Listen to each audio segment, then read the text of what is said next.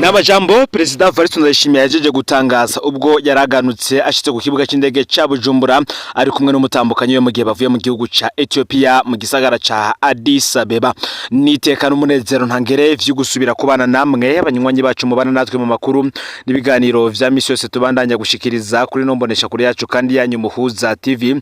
Uyu ni umwanya tugiye kubagezako amakuru biriko biravugwa bigezwe ko muri kano kanya ngaha mu gihugu c'u Burundi. Na makuru tuzagaruka kuri vyinshi bitandukanye bigaruka cyane kubivugwa mu gisata ca politike be n'imigenderanire n'andi makungu ndetse namwe mu mabanga hambaye igihugu c'u Burundi ndetse n'iteka rihambaye igihugu c'u Burundi gejeje kuronswa ku ruhando mpuzamakungu.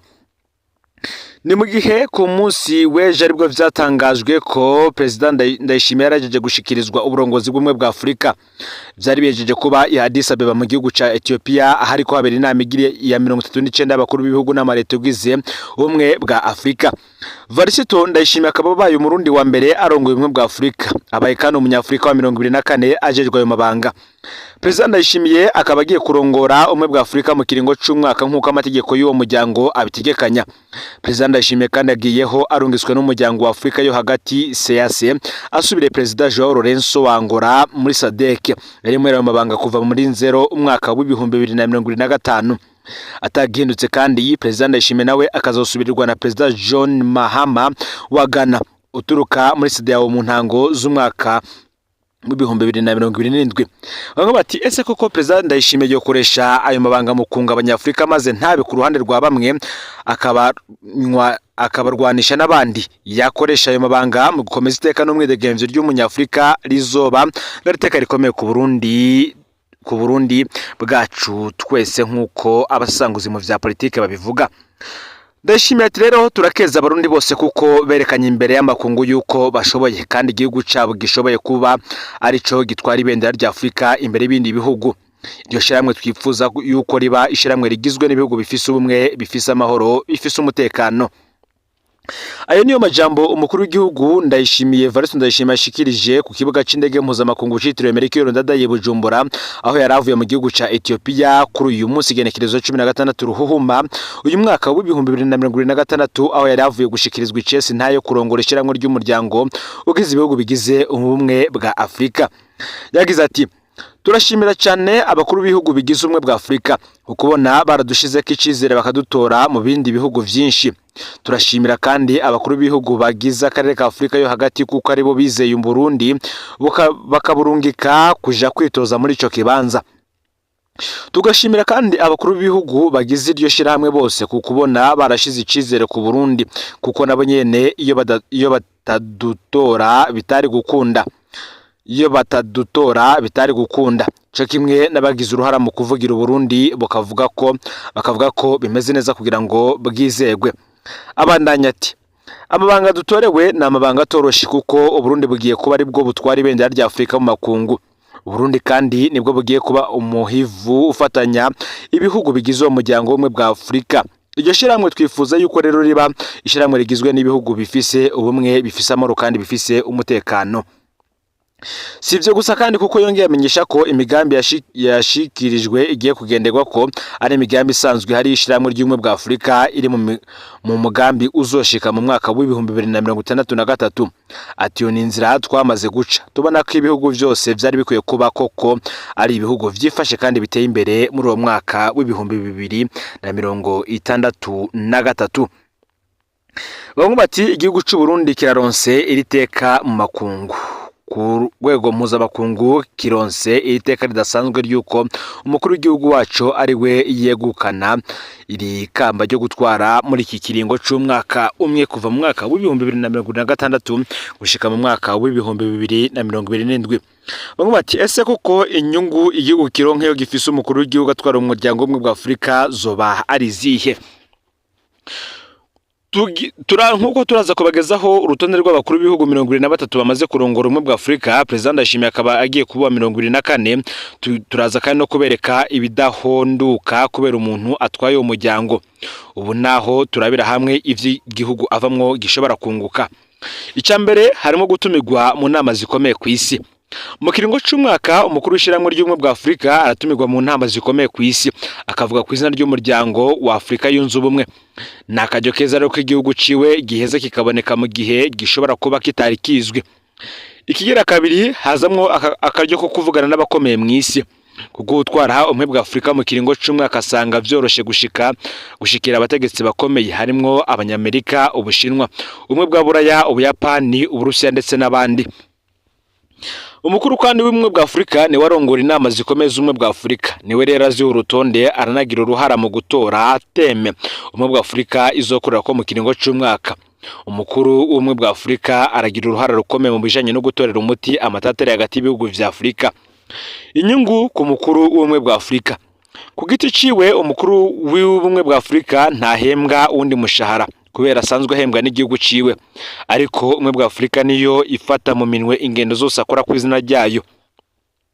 Bamwe mu bakuru b'ubumwe bwa Afrika bahora bakoresha kino kibanza mu kurondera kwemeza abanyagihugu babo ko ari abakomeye kurusha uko bahora, ko basigaye bemewe cyane mu makungu, ko bakwiye kwemegwa cyane wabo.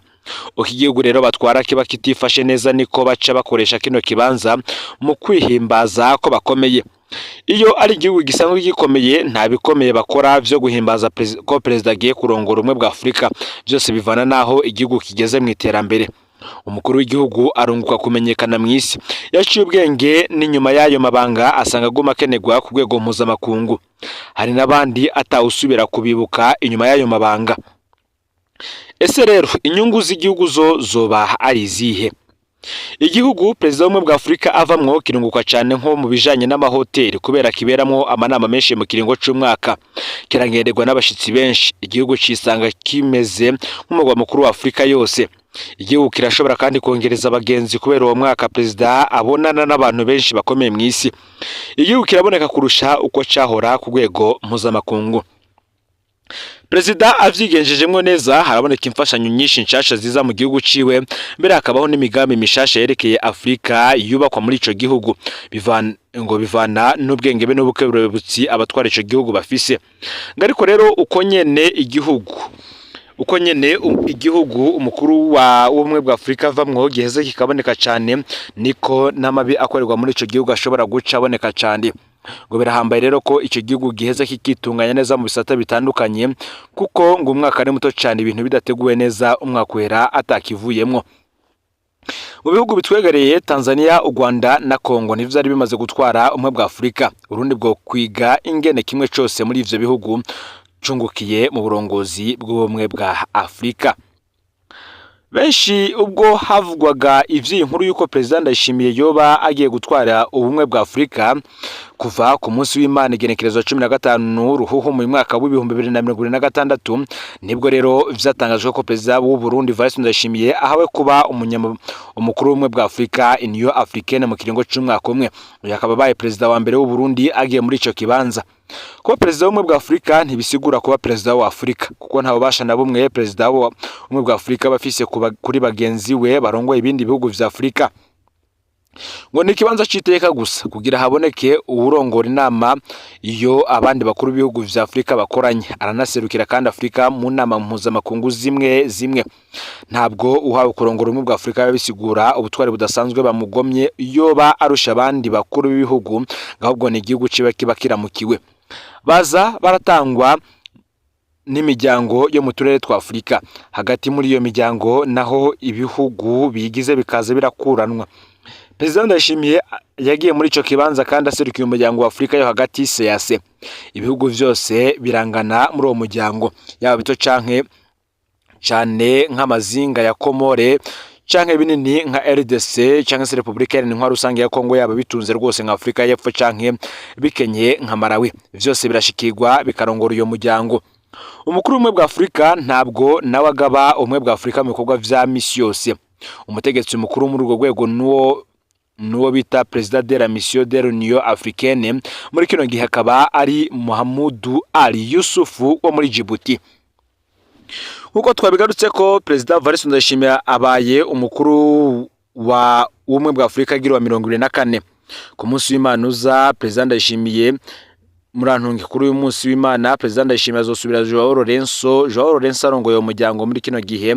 Ndayishimiye azoba bayo akaba bayo 24 ahawe kurongora uwo muryango.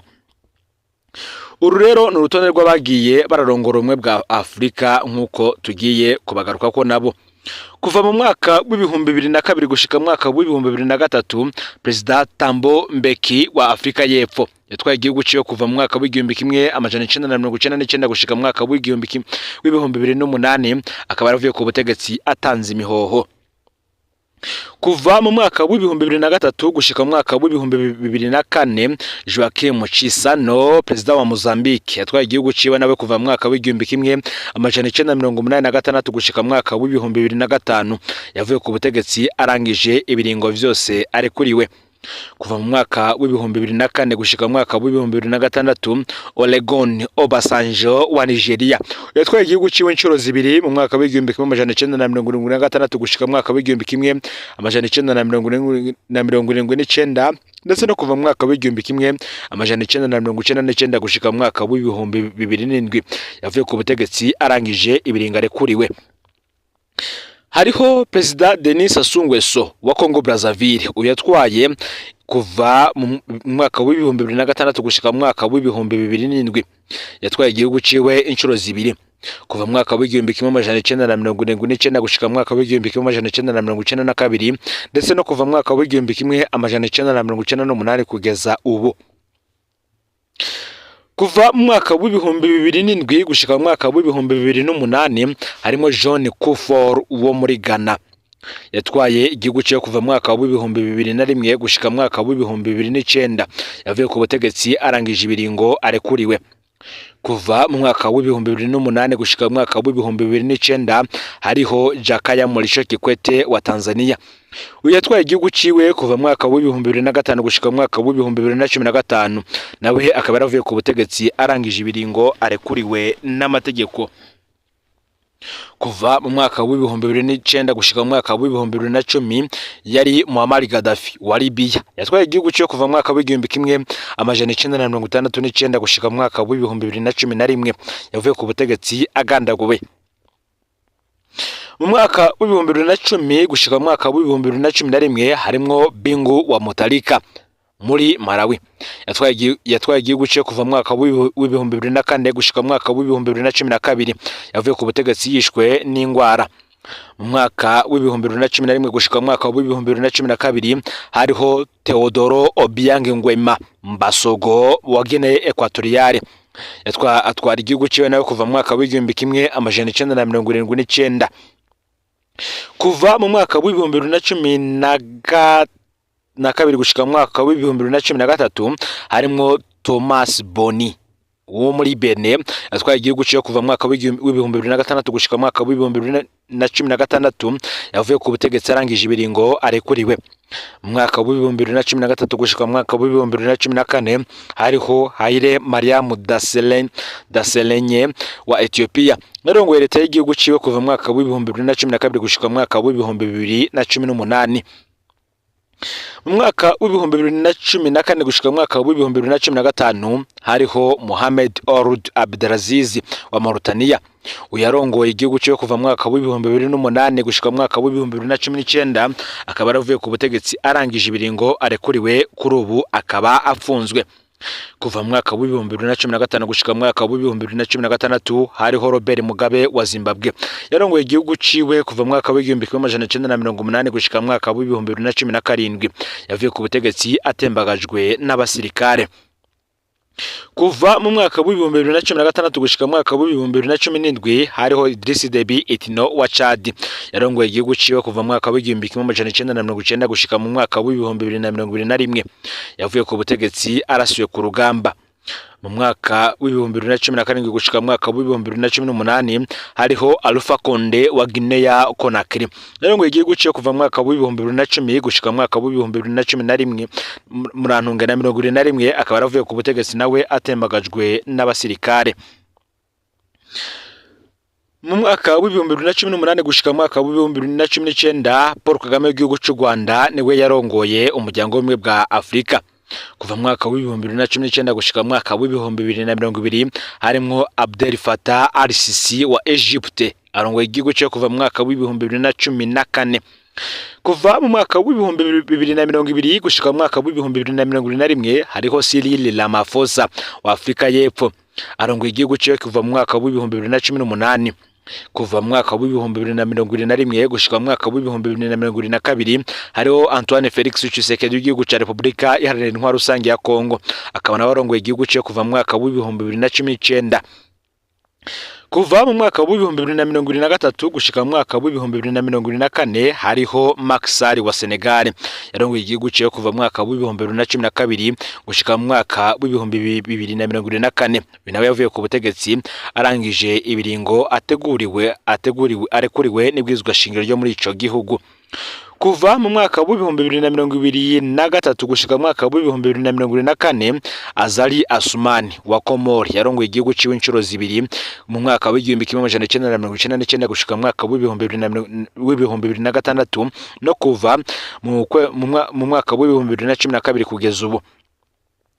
Mu mwaka w'ibihumbi 2024 gushika umwaka w'ibihumbi 2025 hariho Mohamed Ould Ghazouani wa Mauritania atwara igihugu cyo kuva mu mwaka w'ibihumbi 2019 ndetse mu mwaka uheze gushika muri mwaka w'ibihumbi 2026 hariho Joao Lourenço Angola atwara igihugu cyo kuva mu mwaka w'ibihumbi 2017. Ikiboneka muri uru rutonde nuko kuba waratwaye ubumwe bwa Afrika bitongereza ingufu z'umukuru w'igihugu canke ngo bimukingire ku rugero rudasanzwe. Bamwe mu bayitwaye bavuye ku butegetsi bagandaguwe harimo nka Gaddafi, Idriss Déby Itno, abandi bavuye batembagajwe n'abasirikare nka Robert Mugabe na Alpha Condé. Hari abategetswe gutanga imiho nka Thabo Mbeki, hari wavuye ku butegetsi acarapfungwa Mohamed Ould Abdelaziz, abandi bo barashoboye kurangiza ibiringo vyabo neza. Mu ncamake ngo nta nguvu zidasanzwe iryo banga ryongera umukuru w'igihugu.